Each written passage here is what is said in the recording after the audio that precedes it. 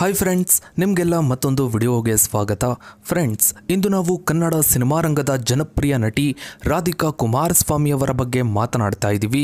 ಬಾಲ ನಟಿಯಾಗಿ ಸಿನಿಮಾ ರಂಗಕ್ಕೆ ಕಾಲಿಟ್ಟು ಸ್ಟಾರ್ ನಟಿಯಾಗಿ ಮಿಂಚಿದ ಇವರ ಸಿನಿ ಪಯಣದ ಜೊತೆಗೆ ಇವರ ವೈಯಕ್ತಿಕ ಜೀವನದ ಬಗ್ಗೆ ನೋಡ್ತಾ ಹೋಗೋಣ.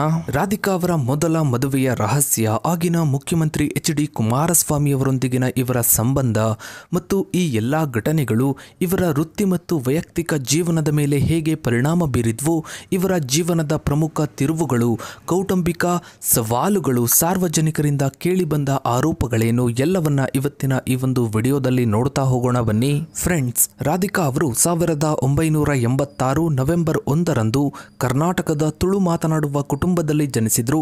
ಇವರ ತಂದೆ ದೇವರಾಜ್ ಶೆಟ್ಟಿ ಮತ್ತು ಇವರಿಗೆ ಒಬ್ಬ ಸಹೋದರ ಕೂಡ ಇದ್ದಾರೆ. ಇನ್ನು ರಾಧಿಕಾ ಅವರು ತಮ್ಮ ಶಾಲಾ ದಿನಗಳಲ್ಲೇ ಹೈಸ್ಕೂಲು ಓದ್ತಾ ಇರಬೇಕಾದ್ರೆ ಸಿನಿಮಾ ರಂಗಕ್ಕೆ ಪಾದಾರ್ಪಣೆ ಮಾಡಿದ್ರು. ಇವರ ಮೊದಲ ಸಿನಿಮಾ ನೀಲ ಮೇಘ ಶ್ಯಾಮ ಆಗಿದ್ರು. ಮೊದಲು ಬಿಡುಗಡೆಯಾದ ಸಿನಿಮಾ ನಿನಗಾಗಿ ಸಿನಿಮಾ. ಈ ಸಿನಿಮಾವು ಬಾಕ್ಸ್ ಆಫೀಸ್ನಲ್ಲಿ ಒಳ್ಳೆಯ ಕಲೆಕ್ಷನ್ ಅನ್ನೇ ಮಾಡ್ತು. ಆ ಸಮಯದಲ್ಲಿ ಇವರು ಕೇವಲ 9ನೇ ತರಗತಿ ಓದ್ತಾ ಇದ್ರು. ಇದು ಸಿನಿಮಾ ರಂಗದಲ್ಲಿ ಅವರ ವೃತ್ತಿ ಜೀವನದ ಅಸಾಮಾನ್ಯ ಆರಂಭವನ್ನ ಸೂಚಿಸುತ್ತೆ. ನಂತರ ಇವರು ವೇಗವಾಗಿ ಕನ್ನಡ ಸಿನಿಮಾ ರಂಗದಲ್ಲಿ ಹೆಚ್ಚು ಬೇಡಿಕೆಯ ನಟಿಯಾಗಿ ಬೆಳೆದ್ರು. ತವರಿಗೆ ಬಾ ತಂಗಿಯಂತಹ ಹಲವು ಸಿನಿಮಾಗಳಲ್ಲಿ ನಟಿಸಿದ್ರು.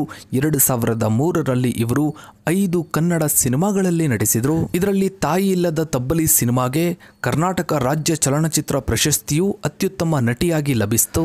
ರಾಧಿಕಾ ಅವರ ಆರಂಭಿಕ ವೃತ್ತಿ ಜೀವನದ ಯಶಸ್ಸು ಕೇವಲ ಅವರ ಪ್ರತಿಭೆಯನ್ನು ಮಾತ್ರವಲ್ಲ, ವೈಯಕ್ತಿಕ ಜೀವನದ ದೊಡ್ಡ ಸವಾಲುಗಳನ್ನ ಮೀರಿ ಬೆಳೆದ ಬಲವಾದ ಸಂಕಲ್ಪವನ್ನ ಸೂಚಿಸುತ್ತೆ. ಅವರ ಮೊದಲ ಮದುವೆಯ ನಂತರ ಅತ್ತೆಯ ಮನೆಯಲ್ಲಿ ಅನೇಕ ಕಷ್ಟಗಳು ಮತ್ತು ಹಿಂಸೆಗಳನ್ನು ಅನುಭವಿಸಿದ್ರು ಎಂದು ವರದಿಯಾಗಿದೆ.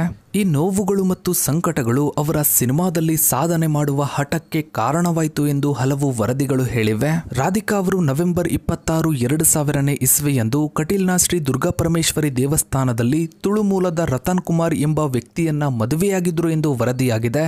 ಈ ಮದುವೆಯ ಸಮಯದಲ್ಲಿ ರಾಧಿಕಾ ಅವರ ವಯಸ್ಸು ಕೇವಲ 14 ವರ್ಷ ಎಂದು ಹೇಳಲಾಗುತ್ತೆ. ಅವರ ತಾಯಿಯ ಹೇಳಿಕೆಯ ಪ್ರಕಾರ ಆ ಸಮಯದಲ್ಲಿ ಇವರಿಗೆ 13.5 ವರ್ಷ. ಈ ಕಾರಣದಿಂದ ಮದುವೆಯು ಆರಂಭದಲ್ಲೇ ಕಾನೂನು ಮತ್ತು ಕೌಟುಂಬಿಕ ವಿವಾದಗಳಿಗೆ ಕಾರಣವಾಯಿತು. ನಂತರ 2002ರ ಏಪ್ರಿಲ್ನಲ್ಲಿ ರತನ್ ಕುಮಾರ್ ಅವರು ರಾಧಿಕಾ ಅವರ ತಂದೆ ದೇವರಾಜ್ ವಿರುದ್ಧ ಪೊಲೀಸರಿಗೆ ದೂರು ನೀಡಿ ತಮ್ಮ ಮದುವೆಯ ಸುದ್ದಿ ಬಹಿರಂಗವಾದರೆ ರಾಧಿಕಾ ಅವರ ವೃತ್ತಿ ಜೀವನಕ್ಕೆ ಧಕ್ಕೆಯಾಗಬಹುದು ಎಂಬ ಕಾರಣಕ್ಕೆ ದೇವರಾಜ್ ರಾಧಿಕಾ ಅವರನ್ನ ಅಪಹರಿಸಿದ್ದಾರೆ ಎಂದು ಆರೋಪಿಸಿದರು. ಇದಕ್ಕೆ ಪ್ರತಿಯಾಗಿ ರಾಧಿಕಾ ಅವರ ತಾಯಿ ಮದುವೆಯನ್ನ ರದ್ದುಗೊಳಿಸಲು ಪ್ರಯತ್ನಿಸಿದ್ರು. ರತನ್ ಕುಮಾರ್ ಅವರು ಬಾಲಕಿಯಾದ ರಾಧಿಕಾರನ್ನ ಬಲವಂತವಾಗಿ ಮದುವೆಯಾಗಿದ್ದಾರೆ ಎಂದು ದೂರಿದ್ರು. ಸಮಸ್ಯೆಗಳಿಂದ ಕೂಡಿದ್ದ ಈ ಮದುವೆಯು ರತನ್ ಕುಮಾರ್ ಅವರು ನಿಧನರಾದಾಗ ಅಂದರೆ 2002ರ ಆಗಸ್ಟ್ನಲ್ಲಿ ಅಂತ್ಯಗೊಳ್ತು. ನಂತರ ಮಾಜಿ ಮುಖ್ಯಮಂತ್ರಿ ಎಚ್.ಡಿ. ಕುಮಾರಸ್ವಾಮಿ ಅವರೊಂದಿಗಿನ ರಾಧಿಕಾ ಅವರ ಸಂಬಂಧವು ಹಲವು ವರ್ಷಗಳ ಕಾಲ ಸಾರ್ವಜನಿಕವಾಗಿ ರಹಸ್ಯವಾಗಿತ್ತು. ಈ ಸಂಬಂಧವು ಅವರು 2004ರಲ್ಲಿ ಶಾಸಕರಾದ ನಂತರ ಆರಂಭವಾಯಿತು ಎಂದು ಹೇಳಲಾಗುತ್ತೆ ಮತ್ತು 2006ರಲ್ಲಿ ಬಿಜೆಪಿ ಸೇರಿ ಮುಖ್ಯಮಂತ್ರಿಯಾದ ನಂತರ ಈ ಸಂಬಂಧವು ಗಟ್ಟಿಯಾಯಿತು. 2010ರ ನವೆಂಬರ್ನಲ್ಲಿ ರಾಧಿಕಾ ಅವರು 2006ರಿಂದ ಕುಮಾರಸ್ವಾಮಿ ಅವರೊಂದಿಗೆ ಮದುವೆಯಾಗಿದ್ದಾರೆ ಅನ್ನೋದು ಬಹಿರಂಗವಾಯಿತು. ಈ ಒಂದು ಸುದ್ದಿ ಕನ್ನಡ ಸಿನಿಮಾರಂಗ ಹಾಗೂ ಕರ್ನಾಟಕ ರಾಜಕೀಯ ವಲಯದಲ್ಲಿ ಸಂಚಲನವನ್ನೇ ಮೂಡಿಸಿತು, ದೊಡ್ಡ ವಿವಾದವನ್ನ ಹುಟ್ಟುಹಾಕ್ತು.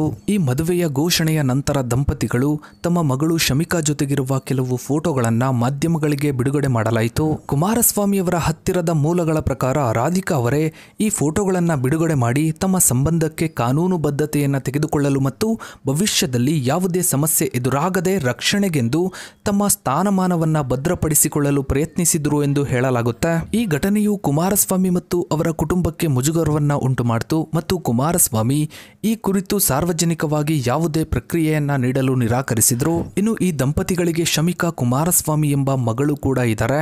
ಶಮಿಕಾ ಸುಮಾರು 2009ರಲ್ಲಿ ಜನಿಸಿದ್ದಾರೆ ಎಂದು ಹೇಳಲಾಗುತ್ತೆ. ಇನ್ನು ರಾಧಿಕಾ ಅವರ ನಿರ್ಮಾಣದ ಸಂಸ್ಥೆಯ ಹೆಸರು ಶಮಿಕಾ ಎಂಟರ್ಪ್ರೈಸಸ್. ಇದು ತಮ್ಮ ಮಗಳ ಹೆಸರನ್ನ ವೃತ್ತಿ ಜೀವನಕ್ಕೆ ಜೋಡಿಸುವ ಮೂಲಕ ತಮ್ಮ ಕುಟುಂಬಕ್ಕೆ ಇರುವ ಬದ್ಧತೆಯನ್ನ ತೋರಿಸಿದ್ರು. ಇನ್ನು ಶಮಿಕಾ ಅವರಿಗೆ ನಟನೆ ಮತ್ತು ಡ್ಯಾನ್ಸ್ ಬಗ್ಗೆ ತುಂಬಾನೇ ಆಸಕ್ತಿ ಇದೆ. ರಾಧಿಕಾ ಅವರೇ ಹೇಳಿಕೊಂಡಿರುವಂತೆ ಶಮಿಕಾ ಅವರು ಭೈರದೇವಿ ಚಿತ್ರದಲ್ಲಿ ನಟಿಸಬೇಕಿತ್ತು. ಆದರೆ ರಾಧಿಕಾ ಕೊನೆಯ ಕ್ಷಣದಲ್ಲಿ ನಿರ್ಧಾರವನ್ನ ಬದಲಿಸಿ ಆಕೆಯನ್ನ ಸಿನಿಮಾದಿಂದ ದೂರ ಇಟ್ಟರು. ಇನ್ನು ರಾಧಿಕಾ ಅವರೊಂದಿಗಿನ ತಮ್ಮ ಮದುವೆಯನ್ನ ಕುಮಾರಸ್ವಾಮಿ ಸಾರ್ವಜನಿಕವಾಗಿ ಒಪ್ಪಿಕೊಂಡ ನಂತರ ಅವರ ವಿರುದ್ಧ ದ್ವಿಪತ್ನಿತ್ವದ ಆರೋಪದ ಮೇಲೆ ಸಾರ್ವಜನಿಕ ಹಿತಾಸಕ್ತಿ ಅರ್ಜಿಯನ್ನ ಸಲ್ಲಿಸಲಾಯಿತು. ವಕೀಲ ಶಶಿಧರ್ ಅವರು ಸಲ್ಲಿಸಿದ ಅರ್ಜಿಯನ್ನು ಸಾಕ್ಷ್ಯಾಧಾರಗಳ ಕೊರತೆಯ ಕಾರಣದಿಂದ 2012ರಲ್ಲಿ ಕರ್ನಾಟಕ ಹೈಕೋರ್ಟ್ ವಜಾಗೊಳಿಸಿತು. ನಂತರ ಬೆಂಗಳೂರಿನ ಎಸ್ ಆನಂದ್ ಎಂಬ ವ್ಯಕ್ತಿ ಮತ್ತೊಂದು ಖಾಸಗಿ ದೂರನ್ನ ಸಲ್ಲಿಸಿದರು. ಕುಮಾರಸ್ವಾಮಿ ಅವರು 2018ರ ವಿಧಾನಸಭಾ ಚುನಾವಣೆಯ ಅಫಿಡವಿಟ್ನಲ್ಲಿ ತಮ್ಮ 2ನೇ ಪತ್ನಿ ಮತ್ತು ಮಗಳ ಬಗ್ಗೆ ಮುಚ್ಚಿಟ್ಟಿದ್ದಾರೆ ಎಂದು ದೂರುದಾರರು ಆರೋಪಿಸಿದರು. ಆದರೆ ನ್ಯಾಯಾಲಯವು ದೂರುದಾರರು ಸಲ್ಲಿಸಿದ ಅರ್ಜಿಯನ್ನ ವಜಾಗೊಳಿಸಿತು.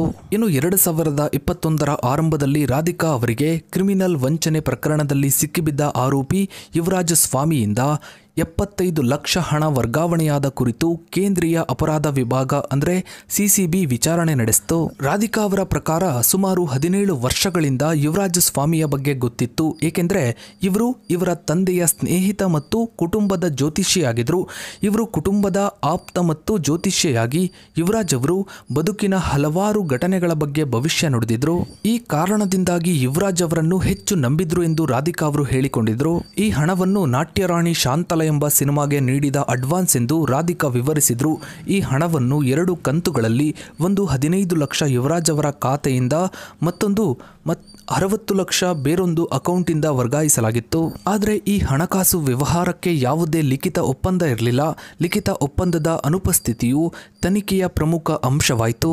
ರಾಧಿಕಾ ಅವರು ನಾನು ಅವರನ್ನ ನಂಬಿದ್ದರಿಂದ ಒಪ್ಪಂದಕ್ಕೆ ಸಹಿ ಮಾಡಲಿಲ್ಲ ಎಂದು ಹೇಳಿದರು. ಈ ಹೇಳಿಕೆಯು ಸಿನಿಮಾ ರಂಗದಲ್ಲಿ ಆರ್ಥಿಕ ವ್ಯವಹಾರಗಳು ಹೇಗೆ ಅನೇಕ ಬಾರಿ ಔಪಚಾರಿಕ ಒಪ್ಪಂದಗಳ ಬದಲಿಗೆ ವೈಯಕ್ತಿಕ ನಂಬಿಕೆ ಮತ್ತು ಸಂಬಂಧಗಳ ಆಧಾರದ ಮೇಲೆ ನಡೆಯುತ್ತವೆ ಎಂಬುದನ್ನು ತೋರಿಸಿತು. 5 ವರ್ಷಗಳ ಬ್ರೇಕ್ನ ನಂತರ ರಾಧಿಕಾ ಅವರು ನಟಿ ಮತ್ತು ನಿರ್ಮಾಪಕಿ 2 ಪಾತ್ರಗಳಲ್ಲಿ ಸಿನಿಮಾ ರಂಗಕ್ಕೆ ಮರುಪ್ರವೇಶಿಸಿದರು. ಅವರು ತಮ್ಮ ಮಗಳ ಹೆಸರಿನಲ್ಲಿ ಅಂದರೆ ಶಮಿಕಾ ಹೆಸರಿನಲ್ಲಿ ನಿರ್ಮಾಣ ಸಂಸ್ಥೆಯನ್ನು ಸ್ಥಾಪಿಸಿದರು. ಈ ಬ್ಯಾನರ್ನ ಅಡಿಯಲ್ಲಿ ಅವರು ಯಶ್ ಮತ್ತು ರಮ್ಯಾ ನಟನೆಯ ಲಕ್ಕಿ ಸಿನಿಮಾ ಸೇರಿದಂತೆ ಕೆಲವು ಸಿನಿಮಾಗಳನ್ನು ನಿರ್ಮಾಣ ಮಾಡಿದ್ರು. ಕೇವಲ ನಟಿಯಾಗಿ ಮಾತ್ರವಲ್ಲದೆ ನಿರ್ಮಾಪಕಿಯಾಗಿಯೂ ಕೂಡ ಗುರುತಿಸಿಕೊಂಡ್ರು. ಇನ್ನು ಈಗಲೂ ಕೂಡ ರಾಧಿಕಾ ಅವರಿಗೆ ಸಾಕಷ್ಟು ಜನ ಅಭಿಮಾನಿಗಳಿದ್ದಾರೆ. ಸೋಷಿಯಲ್ ಮೀಡಿಯಾದಲ್ಲಿ ನೀವು ಈಗಲೂ ಕೂಡ ಸಿನಿಮಾದಲ್ಲಿ ನಟಿಸಬೇಕು, ಸಿನಿಮಾಗೆ ಮತ್ತೆ ಪ್ರವೇಶ ಮಾಡಿ ಅಂತ ಸಾಕಷ್ಟು ಜನ ಕಮೆಂಟ್ಗಳನ್ನು ಹಾಕೋದು, ಪೋಸ್ಟ್ಗಳನ್ನು ಹಾಕೋದನ್ನ ನಾವೆಲ್ಲರೂ ಕೂಡ ನೋಡಿದ್ದೀವಿ. ಇನ್ನು ಕೆಲವರು ನೀವು ಕೂಡ ರಾಜಕೀಯಕ್ಕೆ ಎಂಟ್ರಿ ಕೊಡಿ ಅಂತ ತಮ್ಮ ಅನಿಸಿಕೆ ಅಭಿಪ್ರಾಯಗಳನ್ನು ಹೇಳ್ಕೊಳ್ತಾರೆ. ಆದರೆ ಸದ್ಯಕ್ಕಿರೋ ಮಾಹಿತಿಯ ಪ್ರಕಾರ ರಾಧಿಕಾ ಅವರು ರಾಜಕೀಯಕ್ಕೆ ಎಂಟ್ರಿ ಕೊಡೋ ಬಗ್ಗೆ ಯಾವುದೇ ಸುದ್ದಿಗಳಿಲ್ಲ. ಇನ್ನು ನಿಮ್ಮ ಪ್ರಕಾರ ಮುಂದಿನ ದಿನಗಳಲ್ಲಿ ರಾಧಿಕಾ ಅವರು ರಾಜಕೀಯಕ್ಕೆ ಬರ್ತಾರಾ ಇಲ್ವಾ ಅನ್ನೋದನ್ನ ತಪ್ಪದೆ ಕಮೆಂಟ್ ಸೆಕ್ಷನಲ್ಲಿ ಕಮೆಂಟ್ ಮಾಡಿ. ಹಾಗೆ ವಿಡಿಯೋಗೊಂದು ಲೈಕ್ ಮಾಡ್ತಾ ವಿಡಿಯೋನ ಆದಷ್ಟು ಎಲ್ಲ ಕಡೆ ಶೇರ್ ಮಾಡಿ. ನೀವಿನ್ನು ನಮ್ಮ ಚಾನಲ್ಗೆ ಸಬ್ಸ್ಕ್ರೈಬ್ ಆಗಿಲ್ಲ ಅಂದರೆ ಕೆಳಗಡೆ ಕಾಣೋ ಸಬ್ಸ್ಕ್ರೈಬ್ ಬಟನ್ನ ಕ್ಲಿಕ್ ಮಾಡಿ. ಹಾಗೆ ಪಕ್ಕದಲ್ಲಿ ಕಾಣೋ ಬೆಲ್ ಐಕನ್ ಕೂಡ ಕ್ಲಿಕ್ ಮಾಡಿ. Thanks for watching.